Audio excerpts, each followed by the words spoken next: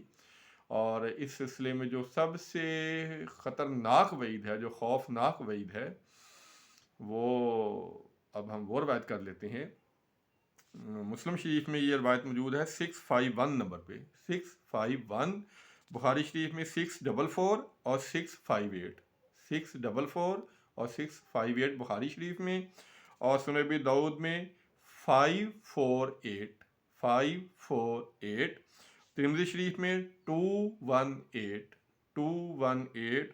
اور سنن نسائی میں 849. یعنی کہ سیاہ ستہ کی تقریباً ہر کتاب میں یہ حدیث موجود ہے.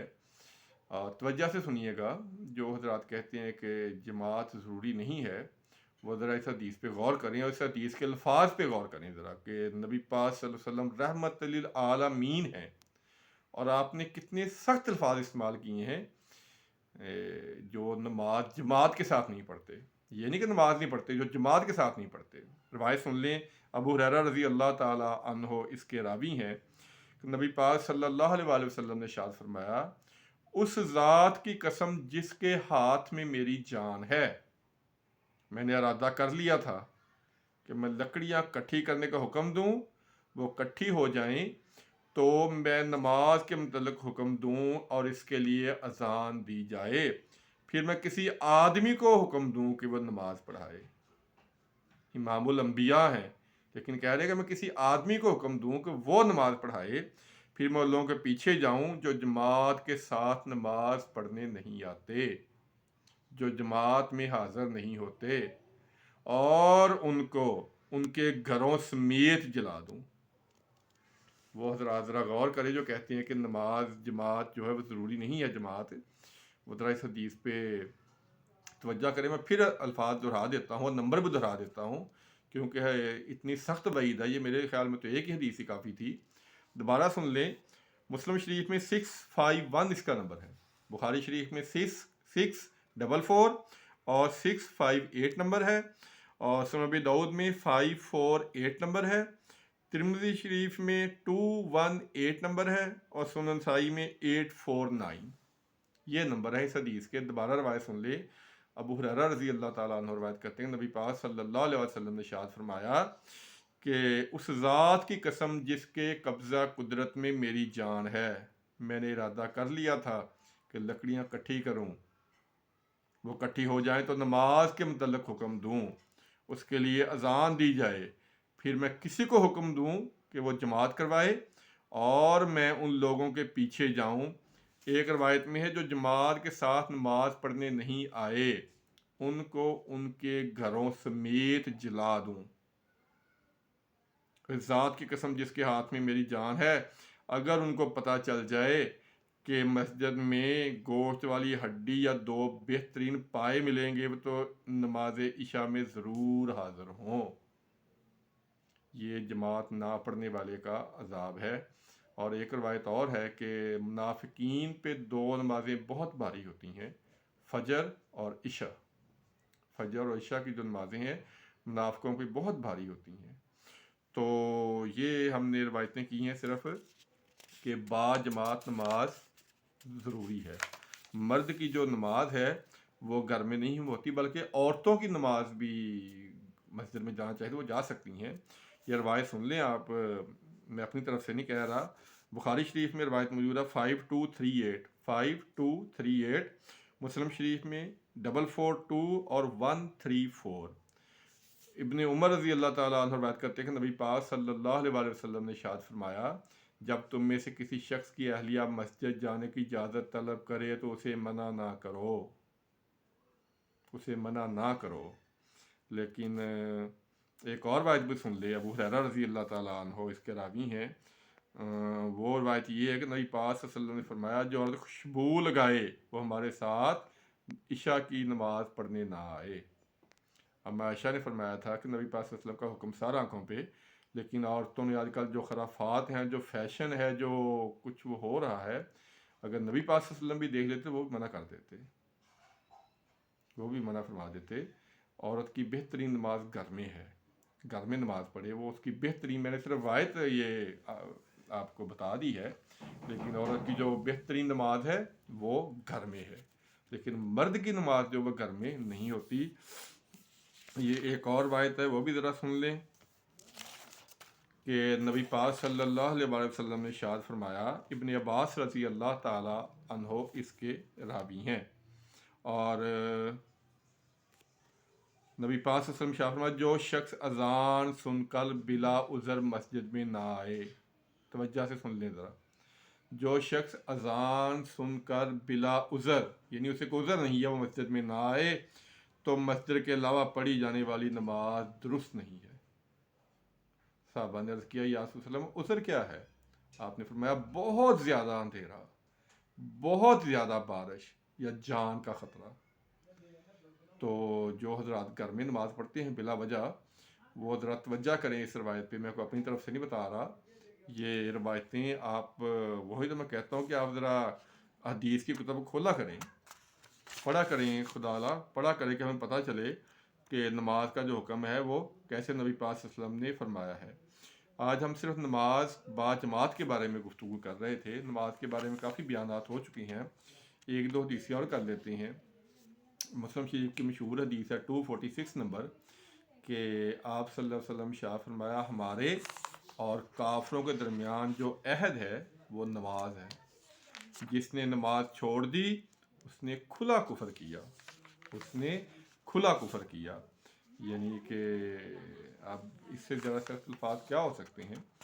اور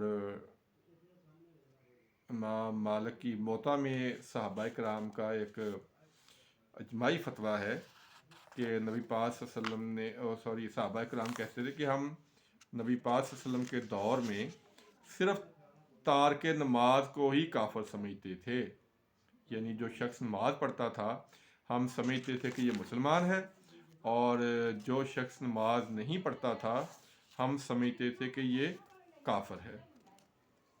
وہ جو حدیث میں نے بتائی تھی کہ خواتین مسجد میں کیوں نہیں جا سکتی، وہ حدیث میرے سامنے آ گئی ہے۔ ابو موسیٰ اشعری رضی اللہ تعالیٰ بیان کرتے ہیں کہ نبی پاک صلی اللہ علیہ وسلم نے ارشاد فرمایا، جب کوئی عورت عطر لگا کر کسی مجلس کے پاس سے گزرتی ہے تو وہ ایسے ہے جیسے زانیہ ہے، یعنی لوگ اس کی طرف متوجہ ہوں تو جب وہ گزرتی ہے تو وہ ایسے ہے کہ جیسے زانیہ عورت ہوتی ہے۔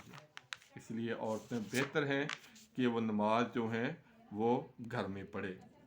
وہ جو روایت میں نے بیان کی تھی ابن عباس رضی اللہ تعالیٰ عنہ کی، وہ جو آپ نے عذر بتائے تھے، خوف ہے جان کا یا مرض ہے، کوئی بیماری ہے یا بہت زیادہ بارش ہو، تو پھر وہ گھر میں نماز وہ پڑھ سکتا ہے۔ ایک اور بڑی اہم روایت ہے یہ، مسلم شریف میں 256 اور 258 نمبر ہے اس کا۔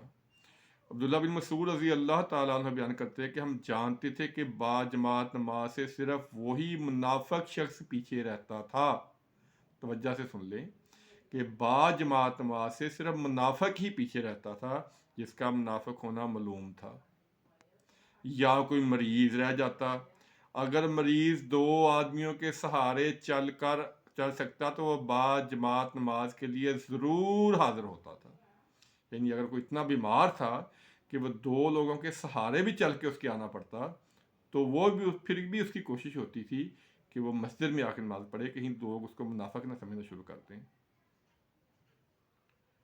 یہ ہے با جماعت جو نماز ہے اس کی فضیلت۔ تو اس میں ایک چیز اور ہے کہ نبی پاک صلی اللہ علیہ وسلم نے ارشاد فرمایا کہ جب تم مسجد میں ہو اور اذان ہو جائے تو کوئی شخص وہاں سے نماز پڑھے بغیر باہر نہ نکلے، یعنی جو با جماعت نماز ہے وہ مرد کے لیے ضروری ہے، وہ گھر میں نماز نہیں پڑھ سکتا۔ یہ جو میں پھر کہہ رہا ہوں کہ میں کسی پہ تنقید نہیں کر رہا، کسی کا نام نہیں لے رہا، میں نے ایک بیان سنا تھا، بہت مشہور عالم ہیں وہ بیان کر رہے تھے، تو پھر میں نے کہا کہ یہ حدیث کی روشنی میں ذرا یہ چیز ظاہر ہونی چاہیے۔ اور مسلم شریف میں ایک حدیث ہے کہ با جماعت کا ذرا ثواب بھی سن لیں کہ عثمان غنی رضی اللہ تعالیٰ عنہ اس کے راوی ہیں کہ نبی پاک صلی اللہ علیہ وسلم ارشاد فرمایا جو شخص عشاء کی نماز جماعت کے ساتھ پڑھے ایسے ہے جیسے اس نے آدھی رات قیام کیا. جو فجر کی نماز بھی پڑھ لے جماعت کے ساتھ ایسے ہے اس کی پوری رات قیام میں گزری ہے، یعنی اس کا سونا بھی عبادت میں شامل ہے. میں نے عرض کیا نماز کے بارے میں بہت گفتگو پہلے ماشاءاللہ ہو چکی ہے، آپ اس چینل پہ سن سکتے ہیں. آج تو صرف با جماعت کی اہمیت ہے، اور نماز کے بارے میں ایک دو حدیثیں ہم نے سن لی ہیں کہ نبی پاک صلی اللہ علیہ وسلم فرمایا کہ نماز انسان کے لیے ایسی ہے جیسے جسم کے لیے سر. اگر سر نہیں ہوگا تو جسم کا کیا فائدہ. ایک اور جگہ آپ نے فرمایا کہ جو شخص نماز نہیں پڑھتا اس کا اسلام میں اور دین میں کوئی حصہ نہیں ہے، اس کا کوئی حصہ نہیں ہے دین میں جو نماز نہیں پڑھتا. ہمارے بہت ہی زیادہ سستی ہے نماز میں، بہت ہی زیادہ سستی ہے کہ ہم ایسے ہیں جیسے نماز فرض ہوئی نہیں ہے. ہمیں پتہ ہے کہ قبر میں سب سے پہلے کس چیز کا سوال پوچھا جائے گا، قیامت میں پہلے کس چیز کا سوال پوچھا جائے گا، یہ سب کچھ ہمیں پتہ ہے. کہ آپ نے فرمایا تھا اگر کسی شخص کی نماز درست نکل آئی اس کے باقی اعمال بھی درست سمجھے جائیں گے. اگر نماز میں سستی اور گڑبڑ ہوئی تو باقی اعمال بھی اس کے قابل قبول نہیں ہوں گے. اور ایک سب سے جو خوفناک وعید آپ صلی اللہ علیہ وسلم نے فرمایا کہ بے نمازی کی کوئی بھی نیکی قبول نہیں کی جاتی، چاہے وہ جتنا مرضی صدقہ کرے، خیرات کرے، جو مرضی کرتا پھرے. نماز پڑھے گا تو باقی چیزیں قبول ہوں گی، نماز نہیں پڑھے گا تو باقی چیزیں بھی قبول نہیں ہوں گی. سورہ مدثر کی آیت نمبر ہے 34 ہے، غالباً یا 33 ہے کہ جب جنتی جنت میں اور جہنمی جہنم میں چلے جائیں گے تو جنتی لوگ جہنمیوں سے پوچھیں گے کون سی چیز تمہیں جہنم میں لے کے آئی. وہ فرمائیں گے ہم نماز نہیں پڑھتے تھے. پہلا جواب ان کا جہنمیوں کا کیا ہوگا، ہم جہنم میں کیوں آئے ہیں، ہم نماز نہیں پڑھتے تھے. تو خدا را نماز کی پابندی کریں، کسی حال میں معاف نہیں ہے. بخاری شریف کی 1117 نمبر حدیث ہے کہ آپ سب سے فرمایا تھا کہ کھڑے ہو کے نماز پڑھو، کھڑے ہو کے نہیں بیٹھ کے پڑھو، بیٹھ کے نہیں لیٹ کے پڑھو، لیٹ کے نہیں اشاروں سے پڑھو. ارکان اسلام جو ہیں اس میں صرف نماز ہی ایسی ہے جو سب پہ فرض ہے. زکوٰۃ ہر ایک کے فرض نہیں ہے، حج سب پہ فرض نہیں ہے، روزے بھی اگر بیمار ہے تو معافی ہے. نماز کسی حال میں معاف نہیں ہے، کسی کو بھی معاف نہیں ہے. کلمہ طیبہ کے بعد جو مسلمان اگر کوئی ہوتا ہے تو سب سے پہلا جو وہ عمل کرے گا وہ نماز ہے. اس لیے نماز ضرور پڑھیں، کسی بھی حالت میں ہوں آپ نماز نہ چھوڑیں. جماعت کے ساتھ مرد حضرات جماعت کے ساتھ نماز پڑھیں، مسجد میں جا کے، گھر میں نماز نہ پڑھیں. خواتین گھر میں پڑھیں، اپنے بچوں کو بھی تعلیم دیں. قرآن پاک میں فرمایا گیا ہے کہ خود بھی نماز قائم کر اور اپنے گھر والوں کو بھی اس کا حکم دے. اس لیے یہ نماز جو ہے یہ ہمارے لیے بہت ضروری ہے. اللہ تعالیٰ سے دعا ہے اللہ تعالیٰ عمل کی توفیق عطا فرمائے. وہ حدیث میں بار بار بیان کرتا ہوں 2942 بخاری شریف میں کہ آپ صلی اللہ علیہ وسلم نے فرمایا تھا اے علی اگر تیری رہنمائی سے ایک شخص بھی راہ ہدایت پہ آ گیا تو تیرے لیے 100 سرخ خون صدقہ کرنے سے بہتر ہے. اللہ کرے کوئی شخص بیان سن کے نماز پڑھنی شروع کر دے، کوئی داڑھی مڈا داڑھی رکھ لے، کوئی اپنے گھر والوں کو نماز کی تلقین کر دے تو ہمارے کھاتے میں بھی ثواب لکھا جائے گا. اللہ تعالیٰ سے دعا ہے اللہ تعالیٰ سمجھنے کی اور عمل کرنے کی توفیق عطا فرمائے اور نماز با جماعت قائم کرنے کی توفیق عطا فرمائے. ایک اور روایت ذہن میں آ گئی کہ آپ سے فرمایا کہ جو شخص 40 دن تکبیر اولیٰ کے ساتھ نماز پڑھ دیتا ہے، 40 دن صرف، وہ جہنم سے اور نفاق سے فارغ ہو جاتا ہے، نجات پا جاتا ہے. نہ وہ جہنم میں جائے گا اور نہ وہ منافق ہو کے مرے گا. اللہ تعالیٰ عمل کی توفیق عطا فرمائے. آمین ثم آمین. السلام علیکم ورحمۃ اللہ وبرکاتہ.